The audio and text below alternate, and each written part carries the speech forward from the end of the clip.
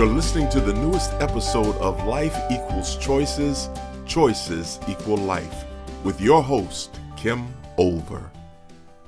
This is Kim, and welcome to today's episode of Life Equals Choices, Choices Equal Life. Today I continue the conversation about leadership and want to talk about the qualities, traits, and behaviors of an empowered leader. I hope you'll use this podcast as a time for self-evaluation.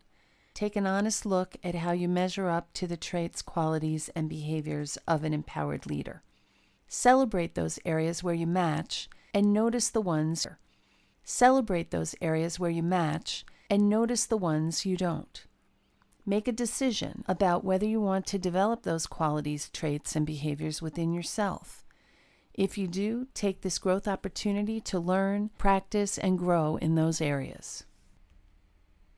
The first quality is the difference between discipline and punishment, and they're not looking to punish people when they don't perform as expected. They're looking to discipline, and discipline means to teach. Punishment means to inflict pain.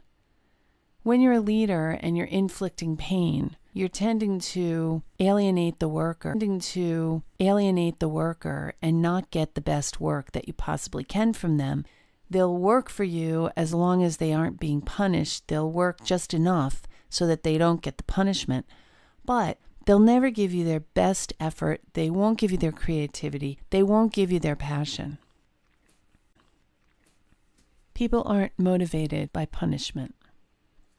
In choice theory, we like to use 3 examples of how people are motivated so that you can understand that motivation is internal instead of external. People try to motivate employees with incentives and bonuses, and while they'll work for those things, what you're actually doing is creating a workforce that will only work if they're being rewarded to do so, instead of fanning the flame of internal motivation, the benefits that come from doing a job well done, the happiness a person feels when they know they've contributed to the vision and mission of their organization. So the first example is how many people answer a ringing phone. Most people do, and they'll also clarify it by saying, well, I'll check the caller ID and decide if I really want to answer. So the idea is if external things made us ridiculous, and if the phone is ringing, we make a decision based on what's happening inside of us about whether or not we want to answer that phone. The second example involves a traffic light. Most people stop at red lights. However, when I'm working with audiences and I ask how many people in this room ever intentionally drove through a red light, and surprisingly, 25 to 50% of the people usually raise their hand.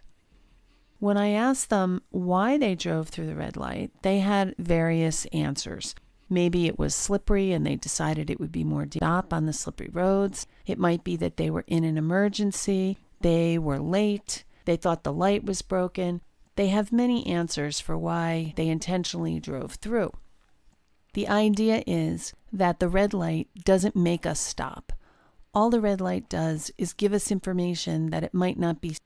I like to ask people to imagine that they're late for work and they've already been reprimanded for coming in late and were told that if they were late again, they were going to lose their job. One night they've set their alarm, but they forget to turn it on. And so they overslept.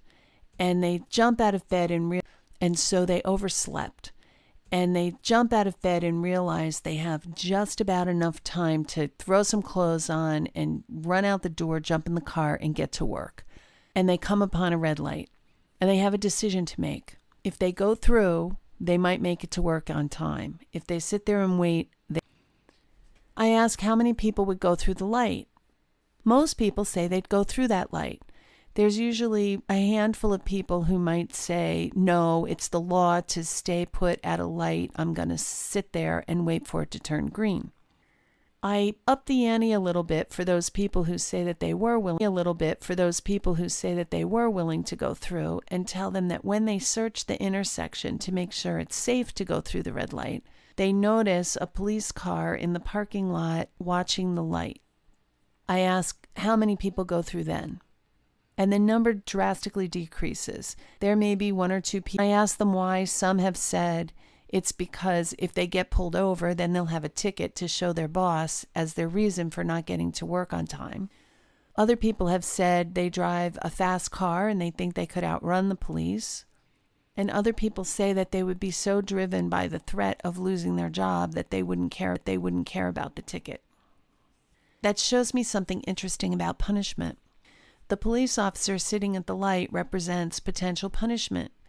You will get a ticket, you'll have to pay a fine, you may have points added to your license, and if you already have points on your license, there's a chance you could lose your license, and your insurance may increase. So there's a lot of reasons not to go through that light. It's punishment personified. Most people will respond to punishment because people don't like pain. They'll comply so that they won't have to experience pain. So I'll ask this question. Same scenario, has nothing to do with work, but you're still sitting at a red light. And when you look, you see the police officer. But there's one other piece of information. This time, there's a child in the back of your car who's bleeding profusely. And I'm not talking bleeding that they might need a stitch or two. I'm talking about potential loss of life because of the massive amounts of blood that the child is losing. How many people would go through the light? Everyone raises their hand, believing that the police will follow them, turn on their siren, and might provide a path through to get to the emergency room. That may in fact happen. And when I ask them their expectation, of course they think that when the police officer sees the situation, there'll be no ticket issued. But if I say, what if the police officer is a stickler for the law, and you broke the law, and you still get a ticket? The person says, fine, I'll pay the ticket. I broke the law. I did the deed. I deserve it. But getting that child to the emergency room was more important than anything else. So this is something I want you to remember as a leader, that people are not motivated by threats. They're not motivated. They actually are motivated while you're watching. But you have to watch all the time to make sure that your threats and your punishment work. That is not the way an empowered leader spends their time. An empowered leader understands that all behavior is purposeful. This means that people do not do things randomly. If someone is engaged in a behavior, it's actually their best behavior in that moment to get something that they want. You may not know what it is they want, and you may want them to be focused on something else, but you know that the behavior is purposeful. And if everyone is doing their best to get something they want at a particular point in time, then why would you want to punish them for doing the most important thing to them at that moment? You might want to teach them a different way. That's where discipline comes in. When people have responsible ways to get their needs met, they won't choose less responsible ones. The idea is to teach more responsible ways to get their needs met so that they don't do things in a less responsible way. Then I like to distinguish between two types of behavior. We have effective behavior and we have responsible behavior, and they're not always the same. What I mean by effective behavior is simply that it works. If a person's looking to have fun at work, then going around to other people's desks and joking with them and taking their mind off of work is effective for the person who's doing the joking. They're getting their fun need met. It's not responsible because it's preventing other workers from doing what's important to them, which is getting their work done. So a responsible behavior is one that works for you, but also doesn't interfere with other people who are trying to get what they want most at that particular time. The idea as a leader is once. We're talking about people choosing their best attempt to get their needs met at a particular point in time. What's actually true is they're behaving to get what they want in that moment that they believe will meet their needs the best. It's an indirect path to meeting your needs. You're trying to get what you want. But I wanted you to know if you don't already know, what those basic needs are. We have 5 basic needs of all humans. The first one is connection. Everyone needs to be connected. to other people, to the vision and mission of the company, to you as their leader. People need to have connection. The second one is safety and security. Safety and security at work is an important thing that you, the leader, certainly impact. You create the culture. If you have a culture where people backstab, gossip, are oppressive, it's not just about physical safety, it's also about emotional safety. And people have the need to feel safe and secure. So you'll see effective but not responsible behaviors coming out in workers who don't feel safe. The third need is the need for freedom. Freedom is a need that we all have. We like our autonomy, all have. We like our autonomy. We like to have a lot of choices, and we like to engage our creativity. When people are in a workplace where they can't meet this need for freedom, it can be extremely frustrating. The fourth need is joy. People like to have joy in their life. They like to create joy. They like to have moments of joy. This could mean the wild and crazy fun of children. It could mean the quiet, relaxing fun, like a nap at their desk, 10-minute power nap. And it could mean meaningful learning. All of those things provide joy.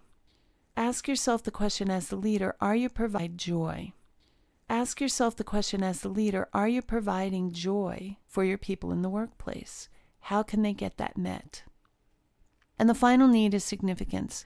People need to feel significant, and especially at work. They want to know that the things they're doing contribute to the overall vision and mission, and to know that they're good at what they do.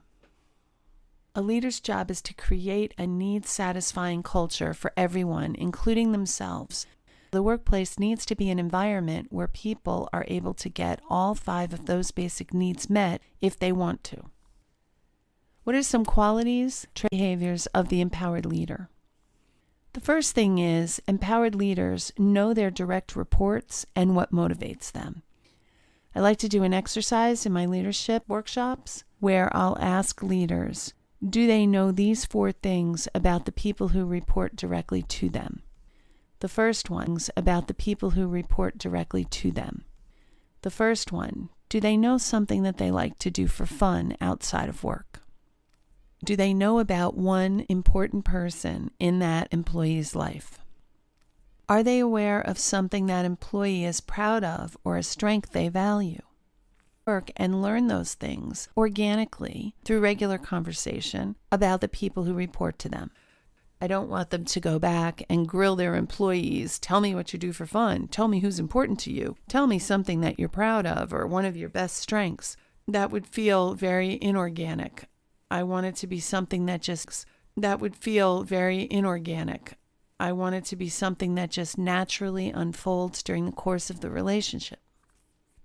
I'm a big fan of Deming, who talked about total quality management. And in his work, he talked about most of the problems in the workplace are systemic problems, not individual problems. So an empowered leader doesn't spend a lot of time trying to figure out what's wrong with the people in their organization, but rather they look at what is the problem with the system that doesn't allow the people to be successful. And they need to remember that they are also part of the system, When employees are being asked to do a new task or job, leaders engage the workers in a discussion of the quality of the work to be done and the time it'll take to do it. They also talk about what resources will be necessary. It becomes a collaboration. Rather, leaders understand that most people are visual, so when leaders are asking for a new job, they will show the workers how to do it rather than just tell them. They want their people to see exactly what's expected. Leaders know that their workers are their biggest asset, so whenever a change is new is happening, they want to get the feedback from their workers to understand the change from their perspective. An empowered leader knows that they have a lofty view of the overall expectations of what's being asked. They don't have that bird's eye view that the line people have, the people who are actually doing the work. So they know they're missing that important component and will seek it out from the people who are actually doing the work. Leaders are facilitators. They're not dictators. They don't tell their people what to do. They facilitate. They don't tell their people what to do. They facilitate conversations around the best way to do things and what's expected. They also like to use small cooperative groups as much as possible. The salient word in that sentence being cooperative. If you have a group that isn't cooperative, the empowered leader knows and being able to celebrate difference instead of struggle with it. Empowered leaders like to work with cooperative groups, meaning groups that work well together to help them get the feedback that they need. Small cooperative groups are more important than large ones because there are some people in large groups who are intimidated and never speak up. There are other people in large groups who monopolize the conversation. When you have a small cooperative group, it's the best size to be able to get the information that you need, maybe between 4 working to provide the best workplace and resources for their employees. Sometimes it's possible that that can't happen. There may be budget or regulatory constraints that don't allow that. There may be upper management that says it's not possible. But as much as possible, empowered leaders get their workers the best tools and workplace that they need to perform their jobs. When it's not possible, they take the time to speak to their workers about why it's not possible and ask that they make do with what they have. As long as this isn't happening all the time, workers will be willing to comply.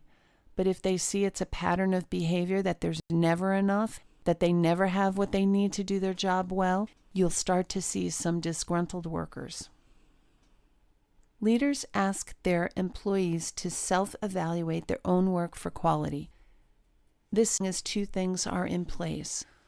You want your workers to be honest in their self-evaluation and the sharing with you of that, and you also want them to be accurate. How do you get honest self-evaluation? Well, you can't force it. You can't make someone tell you the truth. But you can create the conditions that will make it more likely. And how do you get people to tell the truth? You remove the consequences for telling the truth. If people think that they're going to be punished for giving you the honest answer to their self-evaluation, they likely aren't going to give it to you. Or they might give it then if they experience punishment as the result of honesty. They're learning pretty quickly that they shouldn't be honest with you if they want to avoid punishment. The way to create the environment that facilitates honesty is to tell people you are asking them to self-evaluate not because you want to blame them, but because you want to assist them. You want to make sure they have what they need to do better. You want to give them the training they need, the resources they need, the help they need, and maybe even your own assistance to be able to help them be successful. The second one is accuracy. When I'm talking about accuracy, I mean that the only way I know to make that possible is to agree ahead of time on what you're assessing. When you're both working from the same criteria, it will be more likely that the self-evaluation will be accurate. When it isn't, you have the criteria to go back to and to inquire about. So if someone overemphasizes their ability to do a certain thing, you can go back and you can ask about the specific criteria you're concerned with. Employees learn more from their leader's hard work and caring attitude than they do from their style.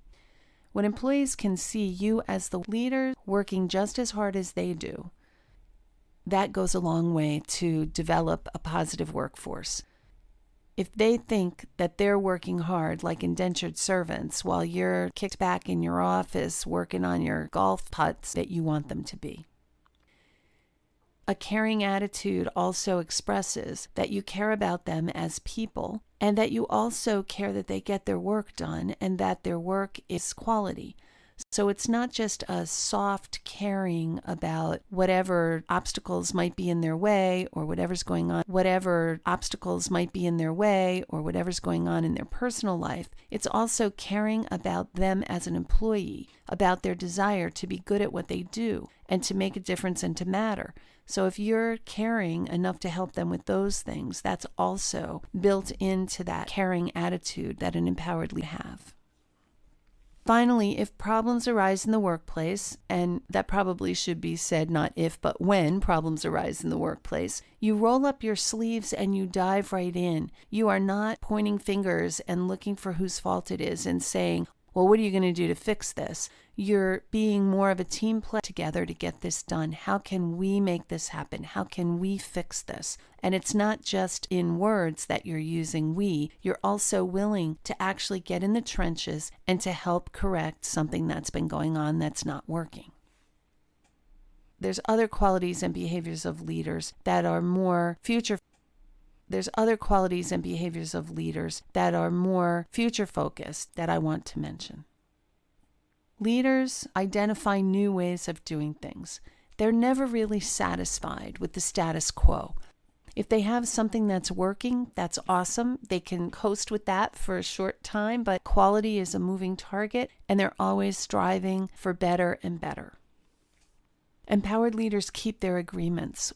When they say they're going to do something, they move heaven and earth to make sure that it happens. They also hold their direct reports accountable for their agreements. When an empowered leader takes the time to create a plan with a worker and they don't follow through on that plan to make sure it's being accomplished, it's almost like they're communicating to the worker that the plan didn't matter to them, that they took the time to make it, but they really don't care about the outcome. People accountable for their own agreements. Leaders are constantly looking for improvements. They plan for the future. They don't wait for a crisis to occur before they reactively put something into place. They're looking ahead to solve potential problems and to find potential possibilities. So they're constantly surveying the environment out there and paying attention to what's going on and looking for where to best invest their energy. Empowered leaders are really good at engaging others to take action. You might think of this as delegating, but delegating feels like action. You might think of this as delegating, but delegating feels like dumping. It's not about dumping work onto someone else. It's about inspiring people with their vision, with their hard work, with their caring attitude to take action. When you work for someone who leads that way, you are looking for ways to help. You want to join in, particularly if you are on board with the vision and mission of the organization. Empowered leaders build relationships based on trust. If you'd like more on trust, I suggest reading Stephen Covey's about how people rise to the level of the expectation. So if you expect people to be honest, you'll have more honesty. If you expect people to be deceitful, you'll have more deceit. Leaders think and act strategically. We talked about this earlier about how most problems are system problems. Empowered leaders are constantly thinking strategically rather than individually. Leaders are focused on innovation and change. They're also responsible for creating the culture in the workplace. Leaders model the culture that they want to see propagated. Part of that culture needs to be the use of the connecting relationship habits. You can learn more about those in episode 7. The idea of connecting relationship habits is to listen, encourage, trust, respect, accept, and negotiate differences. I could go into detail on those, but that's already been done in episode 7. The idea is that relationship is the root of all influence, and influence is what the empowered leader. Empowered leaders also embrace diversity, inclusion, and development. They recognize that through our differences we grow stronger, that in our difference we need to be sure everyone is included and has the comfort to speak up and say what's on their mind, and development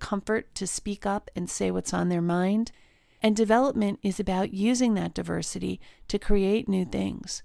and to make sure that everyone is included in the idea of how to move that project forward.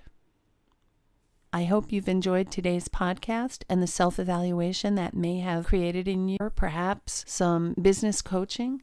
You can reach out for me at kim@coachingforexcellence.biz.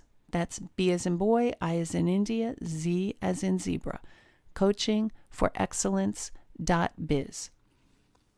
I hope you'll join me next week when I'll be switching topics to education. I'm looking forward to it. Talk with you then. This has been another thought-provoking episode of Life Equals Choices, Choices Equal Life. To listen to past episodes, please visit our website at www.therelationshipcenter.biz/podcast and remember to subscribe.